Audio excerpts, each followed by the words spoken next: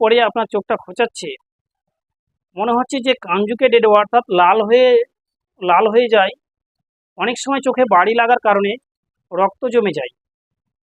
এই সমস্ত লক্ষণগুলো যাদের রয়েছে শুধু তাদের জন্য এই ভিডিওটি আমার করার উদ্দেশ্য। তাহলে আপনারা এই ভিডিওটিকে স্কিপ না করে সম্পূর্ণভাবে দেখবেন। আমরা জানব যে এই সিফ্লক্স আই ড্রপটি কী।